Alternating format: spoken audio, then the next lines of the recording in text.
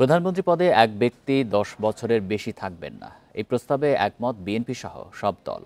তবে বিএনপি আলাদা শর্ত দিয়ে বলেছে, সাংবিধানিক কাউন্সিল বা এমন কোনো সংস্থা হলে এই সিদ্ধান্তে একমত থাকবে না তারা।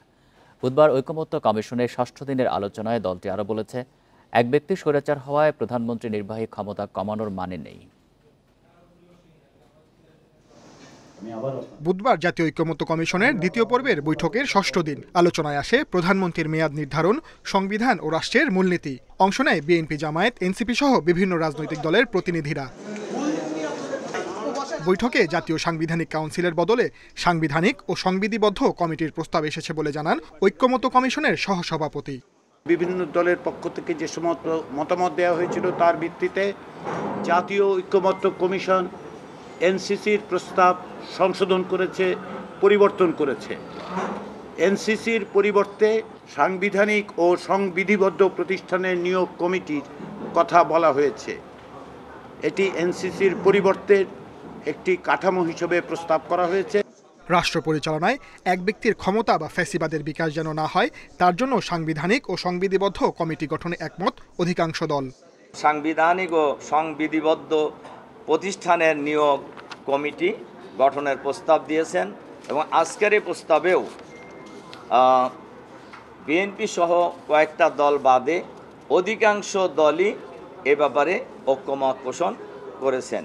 এই কমিটিকে জনপ্রত্যাশা উল্লেখ করে তা চূড়ান্তে বিএনপিকে পাশে চায় এনসিপি।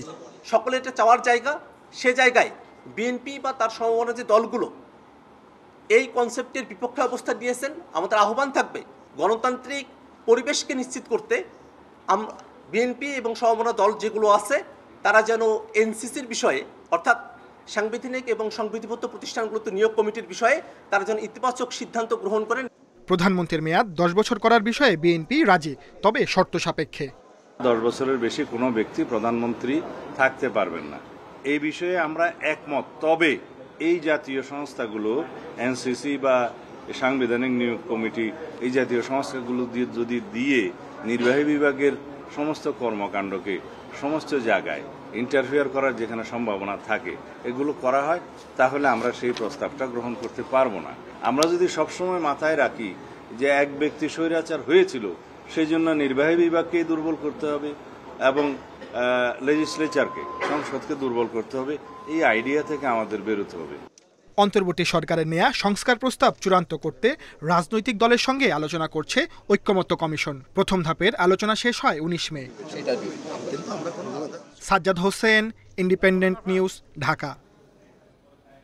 জাতীয় নির্বাচনের আগে স্থানীয় সরকার নির্বাচন চায় জামায়াতে ইসলামী। দুপুরে রাজধানীর আগারগাঁওয়ে নির্বাচন ভবনে সিইসির সঙ্গে বৈঠকে এই দাবি তুলে ধরেন দলটির প্রতিনিধিরা। বর্তমান নির্বাচন কমিশনের প্রতি আস্থার কথাও জানান তারা। তবে মনোনয়ন বাণিজ্য বন্ধ করতে ইসির কাছে সংখ্যানুপাতিক নির্বাচনের প্রস্তাব দিয়েছেন জামায়াত নেতারা। বুধবার আগারগাঁয়ে সিইসি এএমএম নাসির উদ্দিনের সাথে বৈঠকে জাতীয় নির্বাচন নিয়ে নিজেদের প্রস্তাবনা তুলে ধরেছে জামায়াত ইসলামী। বৈঠক শেষে বেরিয়ে 3 সদস্যের প্রতিনিধি দলের পক্ষে কথা বলেন দলের সহকারী secretary general doctor Hamidur Rahman Azad. জানান, আগামী জাতীয় নির্বাচনের আগেই স্থানীয় সরকারের ভোট চাইছেন তারা। লোকাল গভর্নমেন্ট যদি ইলেকশন যদি দলীয় সরকারের অধীনে হয়, তখন যে ঘটনাটা আমরা অতীতে অবলোকন করেছি সেটা হচ্ছে দলীয় প্রার্থীদেরকে চেয়ারম্যান মেম্বার বানানোর জন্য, মেয়র বানানোর জন্য এখানে দলীয় প্রভাব, তার চাইতে বড় যে কাজটা অন্যায়ভাবে করে সরকারগুলো, গভর্নমেন্ট টোটাল ইনস্টলমেন্টকে কাজে লাগিয়ে ভোটকে, ইলেকশনকে প্রভাবিত করে দলীয় প্রার্থীকে জিতে আনে। দুর্নীতি ও মনোনয়ন বাণিজ্য বন্ধ করতে সংখ্যানুপাতিক নির্বাচনের আহ্বান জানান জামায়াত নেতারা। বর্তমান কমিশনের প্রতি আস্থার কথাও তুলে ধরেন তারা। পিআর পদ্ধতি নির্বাচনের একটা সুন্দর পদ্ধতি, বিশ্বের বিভিন্ন দেশে আছে এবং সুষ্ঠু নির্বাচনের জন্য এটা একটা সুন্দর পদ্ধতি আমরা মনে করি। ঐকমত্য কমিশনেও আমরা এটা উঠিয়েছি, এটা আলোচনা চলমান। আজকে ইলেকশন কমিশনের কাছেও আমরা আনুষ্ঠানিক বৈঠকের মধ্য দিয়ে এটা দাবি উত্থাপন করেছি। প্রবাসীদের ভোটাধিকার প্রয়োগে প্রয়োজনীয় উদ্যোগ নিতে নির্বাচন কমিশনের প্রতি আহ্বান জানায় জামায়াতে ইসলামী।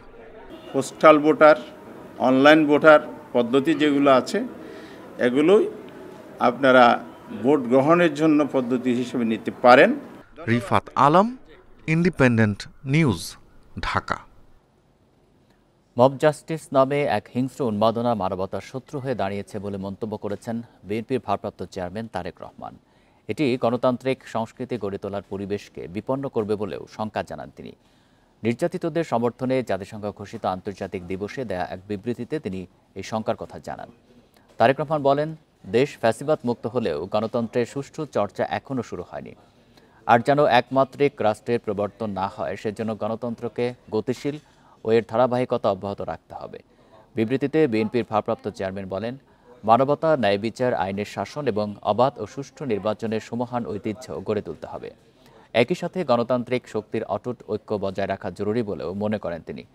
এছাড়া আওয়ামী ফ্যাসিবাদী আমলে বাংলাদেশকে সর্বগ্রাসী রাষ্ট্রে পরিণত করা হয়েছিল মন্তব্য করে তারেক রহমান বলেন, সে সময় মত প্রকাশের স্বাধীনতা সহ সকল প্রকার নাগরিক স্বাধীনতাকে হরণ করা হয়েছিল।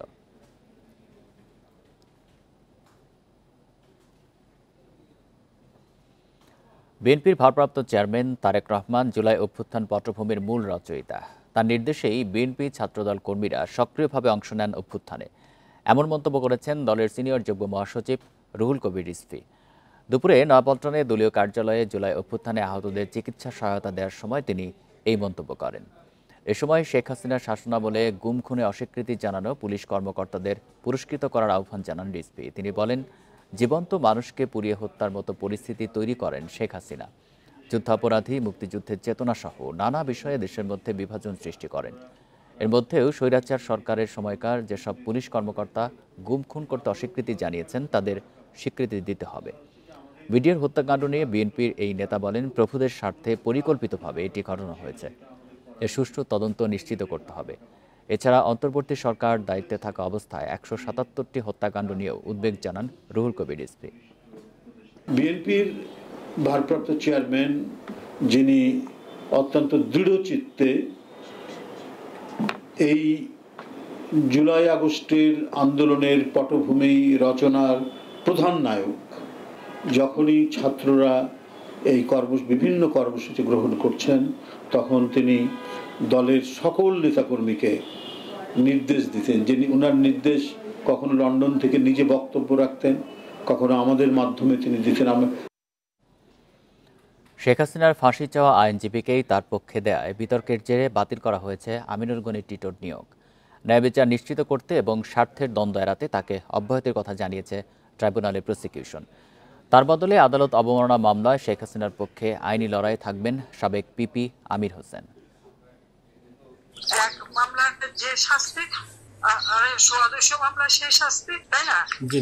অভ্যুত্থানের মাধ্যমে ক্ষমতাচ্যুত শেখ হাসিনার সঙ্গে গাইবান্ধার আওয়ামী লীগ নেতা শাকিল আলম বুলবুলের ফোনালাপ ফাঁস হয় গত বছর অক্টোবরে। সেখানে সাবেক প্রধানমন্ত্রী বলেন, যেহেতু তার বিরুদ্ধে ২২৭টি হত্যা মামলা হয়েছে, তার মানে ২২৭ জনকে হত্যার লাইসেন্স পেয়ে গেছেন। এই ফোন কলের রেকর্ড তুলে ধরে ২ জনের বিরুদ্ধে আদালত অবমাননার মামলা করে ট্রাইব্যুনালের প্রসিকিউশন। পলাতক শেখ হাসিনা ও বুলবুলের পক্ষে মামলা পরিচালনায় ১৯ জন সুপ্রিম কোর্টের আইনজীবী আমিনুল গনি টিটোকে নিয়োগ দেয় ট্রাইব্যুনাল। কিন্তু ৫ আগস্ট শেখ হাসিনার ফাঁসি চেয়ে তার দেয়া পোস্ট ঘিরে শুরু হয় বিতর্ক। বুধবার ট্রাইব্যুনালে মামলার শুনানি করতে চাইলে তার নৈতিকতা নিয়ে প্রশ্ন তোলে আদালত। ন্যায় বিচারের স্বার্থে শেখ হাসিনার মামলা থেকে তাকে সরে যেতে বলেন ট্রাইব্যুনালের চেয়ারম্যান। ওটি আমার রাজনৈতিক দৃষ্টিভঙ্গি ছিল, আর এটা পেশাগত আমার সততা। আমি একজন আইনজীবী হিসেবে আমার ৩৬ বছরের ক্যারিয়ার কোনো স্পট নেই। আজকের এই পুরো ঘটনার ভেতর দিয়ে আমি খুব বেশি মানে আমাকে বলতেই পারি যে আমি একটু এম্বারাসিং একটা সিচুয়েশনের ভিতরে কিছুটা। পরে এই মামলায় ঢাকার বিশেষ আদালতের সাবেক পিপি আমির হোসেনকে শেখ হাসিনার আইনজীবী নিয়োগ করা হয়। তার বিরুদ্ধে মানবতা বিরোধী অপরাধের মূল মামলায়ও রাষ্ট্রের নিয়োগ করা আইনজীবী তিনি। এই মামলায় স্টেট ডিফেন্স থেকে তাকে প্রত্যাহার করিয়ে অ্যাডভোকেট জনাব আমির হোসেনকে এই মামলায় নতুন করে স্টেট ডিফেন্স হিসেবে এঙ্গেজ করেছে এবং এই মামলায় পরবর্তী প্রসিকিউশন এবং স্টেট ডিফেন্স এবং অ্যামিকাস কিউরি ৩ জনের পক্ষ থেকেই পরবর্তী শুনানি। শেখ হাসিনার আদালত অবমাননার মামলায় অ্যামিকাস কিউরি এওয়াই মশিউজ্জামানকে প্রস্তুতির জন্য ১ সপ্তাহ সময় দিয়েছে ট্রাইব্যুনাল। পরবর্তী শুনানি হবে ২রা জুলাই। Zahidul Bashar, Independent News, Dhaka. নুরুল হুদার পর এবার গ্রেপ্তার হলেন সাবেক প্রধান নির্বাচন কমিশনার কাজী হাবিবুল আওয়াল। বুধবার দুপুরে রাজধানীর মগবাজার থেকে তাকে গ্রেপ্তার করা হয়েছে। পুলিশ জানায় বারবার জায়গা বদলের কারণে হাবিবুল আওয়ালকে গ্রেপ্তারে বেগ পেতে হয়েছে। সব প্রক্রিয়া শেষে কাল আদালতে তোলা হবে সাবেক সিইসিকে। 2014, 2018 ও 2024 সালের সংসদ নির্বাচনে ব্যাপক কারচুপির অভিযোগ বিএনপি সহ কয়েকটি দলের। গত রোববার শেরেবাংলা নগর থানায় মামলা করে বিএনপি। এতে সাবেক 3 প্রধান নির্বাচন কমিশনার, সাবেক প্রধানমন্ত্রী শেখ হাসিনা সহ 24 জনকে আসামি করা হয়। ওই দিন সন্ধ্যায় গ্রেপ্তার হয় সাবেক সিইসি নুরুল হুদা। গুঞ্জন ওঠে কাজী হাবিবুল আওয়ালকে গ্রেপ্তারেরও। অবশেষে বুধবার দুপুরে রাজধানীর মগবাজার থেকে তাকে গ্রেপ্তার করা হয়। পুলিশ জানায় কয়েকটি জায়গায় অভিযান চালিয়ে তাকে গ্রেপ্তার করা হয়েছে। মুক্ত মামলার তিনি 20 নম্বর এজাহারভুক্ত আসামি।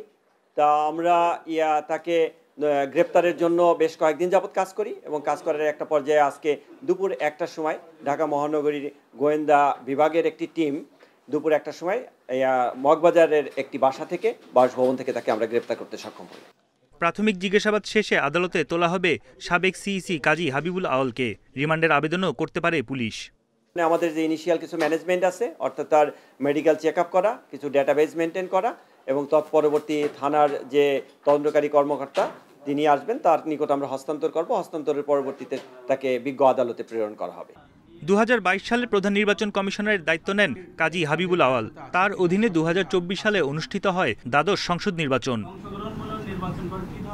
বন ইবনে কামাল, ইন্ডিপেন্ডেন্ট নিউজ, ঢাকা। নগর ভবনে আন্দোলনকারীদের ওপর হামলা চালিয়েছে উপদেষ্টা আসিফের ঘনিষ্ঠজনেরা। বিএনপি নেতা ইশরাক হোসেন এই অভিযোগ করেন। দুপুরে জাতীয় প্রেস ক্লাবে সংবাদ সম্মেলনে তিনি হুঁশিয়ারি দেন, প্রতিহিংসামূলক আচরণ করলে আন্দোলন ছড়িয়ে পড়বে রাজপথে। এদিকে সোমবার থেকে আন্দোলন তুলে নেওয়া স্বাভাবিক হয়েছে দক্ষিণ সিটি কর্পোরেশনের সেবা কাজ। মঙ্গলবার নগর ভবনে দুই পক্ষের সংঘর্ষে আহত হয় বেশ কয়েকজন। একে প্রতিপক্ষের হামলা বলে অভিযোগ করেন বিএনপি নেতা ইশরাক হোসেন। এসব নিয়ে বুধবার সংবাদ সম্মেলন করেন ইশরাক। তিনি অভিযোগ করেন, নগরবাসীর স্বতঃস্ফূর্ত আন্দোলন ঠেকাতে সরকারের মদতপুষ্ট একটি মহল হামলা করেছে। মন্তব্য করেন, নতুন একটি রাজনৈতিক দলকে সুবিধা দিচ্ছে সরকার। কারো প্ররোচনায় বা নিজ সিদ্ধান্তে আন্দোলনে অংশগ্রহণকারী কর্মকর্তা ও কর্মচারীদের বিষয়ে প্রতিহিংসামূলক পদক্ষেপের চিন্তা ভুলক্রমে করবে না, এটি একটা সতর্কবাণী হিসাবে আমি দিচ্ছি। এর কোনো ব্যত্যয় হলে ঢাকা নগরবাসী মেনে নেবে না এবং পুনরায় আন্দোলন শুরু হলে তার নগর ভবনের গণ্ডি পেরিয়ে রাজপথে গড়াবে, সেটি করা উচিত হবে। তিনি আরও বলেন, বিএনপির কোনো নেতার ইন্ধনে আন্দোলন চলছে না। এ সময় উপদেষ্টা আসিফের অশালীন বক্তব্যের জন্য ক্ষমা চাইতে বলেন ইশরাক। আমাদের ঢাকা নগরবাসীর স্বতঃস্ফূর্ত এই আন্দোলনকে এইভাবে অপমান করার বিরুদ্ধে তীব্র নিন্দা ও প্রতিবাদ জানাচ্ছি। ঢাকার অধিবাসীদের প্রতি চরম অবমাননাকর এই বক্তব্যের জন্য তাকে ক্ষমা চাওয়ার দাবি জানাচ্ছি। এদিকে আন্দোলন তুলে নেওয়ায় দক্ষিণ সিটি কর্পোরেশনের কার্যক্রম স্বাভাবিক হচ্ছে বলে জানান প্রধান নির্বাহী কর্মকর্তা। অফিস রিলেটেড কার্যক্রমে যেভাবে জনগণ চেয়েছে, যখন চেয়েছে, সেটা হয়তো আমরা পারি নাই, তবে আমরা সে সেবাগুলি দিতে সক্ষম হয়েছি এবং এখনও আমরা চালিয়ে যাচ্ছি, অসুবিধা হচ্ছে না। আর অফিস খোলার পরে তো মোটামুটি সব সেবাই এখন ফুল সুইংয়ে শুরু হয়েছে। দুই পক্ষের টানাপোড়েনের কারণে আর যেন ব্যাহত না হয় সেবা কার্যক্রম, সেটাই চাওয়া নগরবাসীর। মেহেদী হাসান, ইন্ডিপেন্ডেন্ট নিউজ, ঢাকা। খুলনায় এসআই সুকান্ত দাসকে পুলিশে সোপর্দ করার পর ছেড়ে দেওয়ার ঘটনায় মেট্রোপলিটন পুলিশের কার্যালয়ে তালা দিয়েছে ছাত্র জনতা। দুপুর 1টা থেকে কেএমপি কার্যালয়ের সামনে বিক্ষোভ শুরু করে তারা। এ সময় বিক্ষুব্ধ ছাত্র জনতা 24 ঘন্টার মধ্যে এসআই সুকান্ত দাসকে গ্রেপ্তারের দাবি জানান। পাশাপাশি পুলিশ কমিশনারের পদত্যাগ দাবি করেন বিক্ষুব্ধরা। এদিকে পুলিশ কমিশনার জানান, এসআই সুকান্তের বিরুদ্ধে মামলা থাকলেও সেগুলো তদন্তাধীন রয়েছে, এই কারণে তাকে ছেড়ে দেওয়া হয়েছে। বর্তমানে তিনি নিজ কর্মস্থল চুয়াডাঙ্গার আলমডাঙ্গা থানায় ফিরে গেছেন। এর আগে মঙ্গলবার বিকেলে ইস্টার্ন গেট এলাকা থেকে বিক্ষুব্ধ ছাত্র জনতা এসআই সুকান্ত দাসকে ধরে পুলিশের সোপর্দ করে। তার বিরুদ্ধে খুলনা মহানগর বিএনপির সভাপতির বাড়ি ভাঙচুরের মামলা রয়েছে।